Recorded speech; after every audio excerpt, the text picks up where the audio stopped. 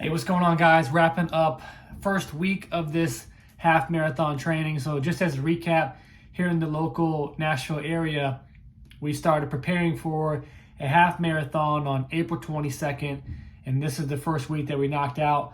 I was able to complete all but one run because earlier in the week I got sick, and I took it easy and just let my body recover and heal from that. And then today was my actual first run out on the road compared to the treadmill. And that's one thing that I was trying to navigate through, because today was a 60-minute zone 2 easy run, and it was honestly quite frustrating because one, it was the first time running outside from being sick, and then also two, I picked the hilliest possible route and I wanted to run faster. And when you're doing heart rate zone training, the goal is to keep the intensity of your heart rate low. So my perceived effort was I wanted to run faster, but every time I ran up these hills, my heart rate would spike. So I felt like I was just barely moving, and that was really, really frustrating. So I started asking myself, what's the difference if I ran on the treadmill versus running on the road? And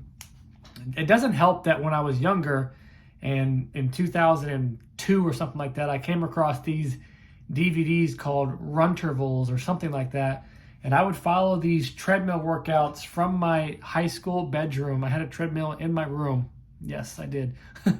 And I would do these running workouts in my bedroom. And then I signed up for a 10K in the Houston area where I grew up. And I actually won the event. Now, you never know who's going to be there, so that always tailors, anyway, I did awesome. I think I ran at the time a 10K, 37, I believe is what it was. And the problem was I was an uneducated athlete at the time when it comes to the endurance sports, but I didn't do one run on the road. I did the entire thing on the treadmill. So I have this perspective of like, well, I did a really good run, but I also remember after the event, my quads were completely locked up and I couldn't stand because of the impact from running on the road. So I don't have a curved treadmill. Now, if I had one of those, I would do all my runs on that, but I just have a Nordic Track runner that is a normal runner. I run on 2% incline, and I have no problem running on a treadmill. I've got enough games going on in my head. I do little strategies like focus on my breathing, and I'll count to 2 and then to 4 and then up to 10 and back down to 1. And then I'll look at my pace and I'll count up to 12 and then I'll go back down to 1 and look at my pace. And I do all types of little different games like that while I'm running. But my issue, and the only thing I care about, is optimizing performance. So when I did my 60-minute run today and I saw my heart rate compared to my pace, I was really upset because I wanted to run faster at a lower heart rate. So where I'm going with that is, what I can learn from that is I'm going to pick a flatter route. So this is week 1. I haven't been doing marathon training. I've been training and competing in CrossFit for the last several years. So this is something completely new. I haven't mapped out different running track or running routes and stuff like that. So I learned that not going to run that route again. And then 2, next week when I do a run, it's a 10-minute increase. So I'll have a 70-minute run.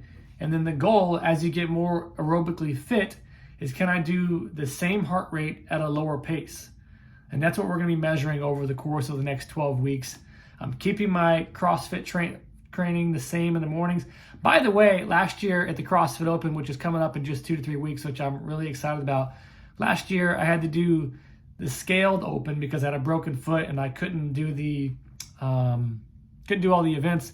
I looked it up. We were talking about this at small group the other day, and I actually won the scaled open worldwide, which I understand that it's scaled, and I am not a skilled athlete, but it was a glimpse of what the top athletes feel like when they are at the top of the leaderboards. It was pretty awesome. So I was like, oh my God, I won the scaled open. So I was the guy everyone in the open can make fun of for winning the scaled open, but I had a broken foot, so couldn't do it. To recap, guys, we're going into week 2 of the half marathon training. I'm going to be paying more attention to running on the road versus a treadmill. I've really enjoyed my treadmill runs, low battery. Really enjoy my treadmill runs. I'll be measuring out some different runs out on the road, and I'm looking forward to seeing what staying in zone 2 training does for my body, does for my aerobic conditioning. Plus, I don't know if you can see this, but let me see if I can get there quickly. I want this little freaking, oh, can you see it? I'm like so close to the purple.